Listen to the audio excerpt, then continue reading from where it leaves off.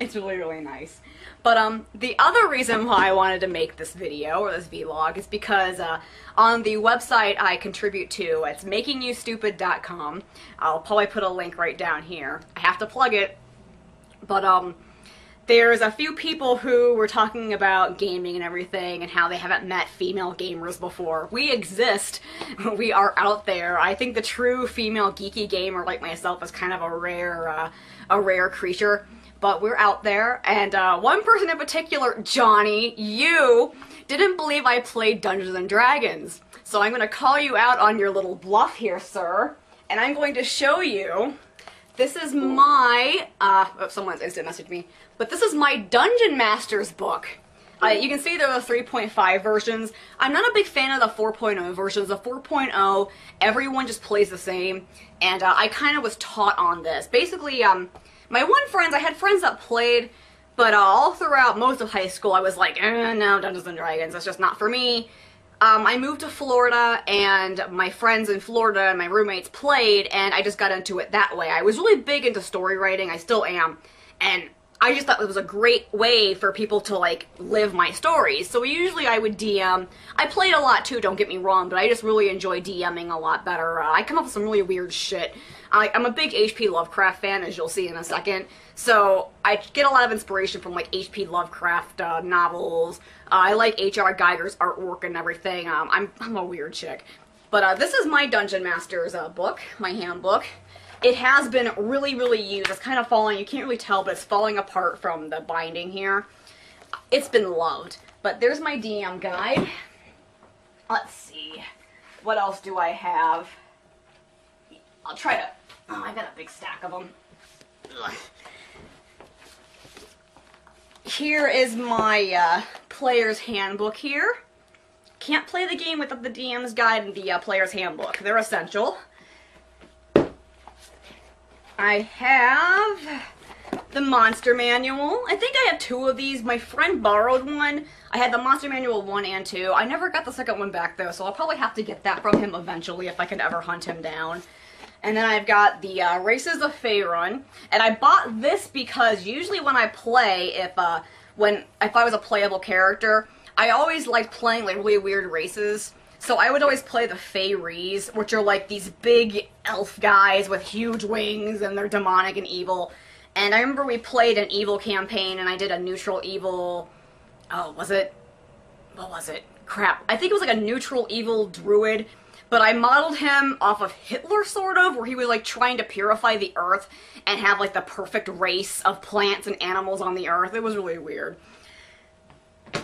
And let's see, I've got Unearth Arcana here. This is all the weird spells and everything. It's like different.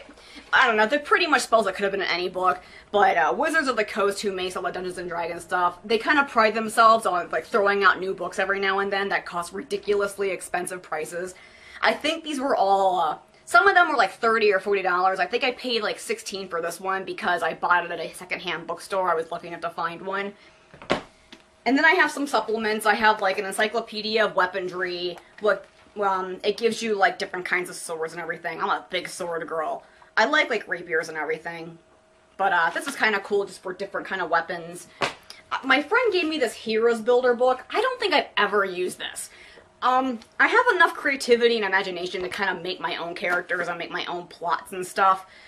But I guess if you're having a hard time figuring out what to make and like motives, it has charts that you can roll. You've got, if you play Dungeons & Dragons, well, I'll explain it if you don't. You have dice, and you've got like die 20s, die 10s, but it has charts in here where you would roll your die 20, and say you hit like 19. Well, you just look under the chart, look under what 19 is, and it will give you a scenario. And that's how you build your character off those random rolls. It's kind of, I don't know, like I said, if you don't have creativity, you just want to roll out a quick character, great for NPCs, but for making real characters, it's just not very personable. And then I have the Toolbox, which is a great, great book. If any of you play Dungeons & Dragons, and you're a DM, and you're short for ideas, or you have really pissy-ass players who like to throw weird crap at you all the time, or weird scenarios at you all the time, this is wonderful because if you are short of ideas or on the fly, you can like roll random treasure. It gives you ideas for different people, for drinks and what their effects are, legends, stories. It's just a cornucopia of crap that you could use. It's the Die 20 system. Who's this published by? AEG, I do believe. I think so. Yeah, I think it's AEG. The suggested retail price is $26.95. I can't remember how much I paid for this. I probably paid full price. But it is awesome. I've used this a lot. I get a lot of use out of this. It's just a really good book. If anybody who plays Dungeons and Dragons or plays anything that's related to it, I guess it could work on any Die 20 game, but it's really good. You should pick it up. So that's my stuff fell. That's pretty much my Dungeons and Dragons stuff. But I have more. I also really love Call of Cthulhu! Like I said, I'm a really huge H.P. Lovecraft nerd. I've been into him since I was like 16 or 17, and I've never grown out of him. I think his stuff is just really awesome. Some of it's better than other stuff, but it's just weird. Lovecraft was a weird man, very sexist and racist, probably very homophobic, but the crap he comes up with is just phenomenal. And he uses really huge words that make no sense, and I love that about him. But this is based off of not just Call of Cthulhu, but almost all of his stories. It has Nyarlathotep in it, it's got tons of stuff. But this is not the Die 20 version. I think Wizards produced a D20 version, and I really wanted that version. I played it, but by the time I really got into Call of Cthulhu as far as the game went, I couldn't find it cheap. It was really expensive. I just didn't feel like putting that much money into it. So I got the one by Chaosium Inc. And I think it's a Die 20, or no, this is Die 10. It's a Die 10 game. But it's really fun. I really like playing it, and of course I have the Dreamlands Companion, because when I play Call of Cthulhu, I don't want to be in our real world. It's boring in the real world. You want to go into the Dreamlands where all the weird shit happens. So my friend bought me the Dreamlands book.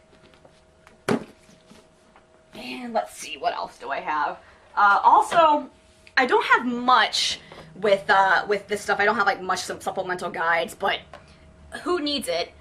It's Star Wars. I love Star Wars. Love it. I like Star Wars a lot. So you really don't. This is the player's handbook, or the core rulebook, I should say. It tells you everything you need to know. I know there's different supplements and different books, but really, if you're a Star Wars fan, who the fuck needs all that crap? You just need this.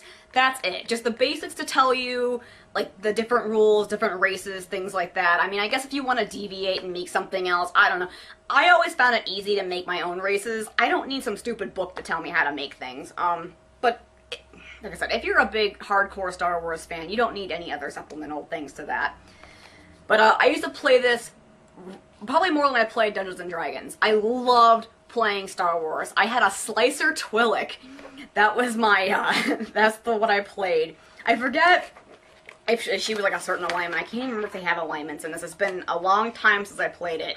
But, I was a Twi'lek. I was the chick with the big Leiku things going down her thing, and she was like a hacker. They call them slicers, I do believe, in the Star Wars galaxy. But, yeah, it was cool. I played it lots in Florida with my friends. I haven't found anybody to play it with me here in Ohio, so if you're in the greater Ohio, northern Ohio area, like, email me. I will so game with you. Like, there's no gamers out here. I don't know what it is. Maybe they just don't want to play with a girl. I don't know.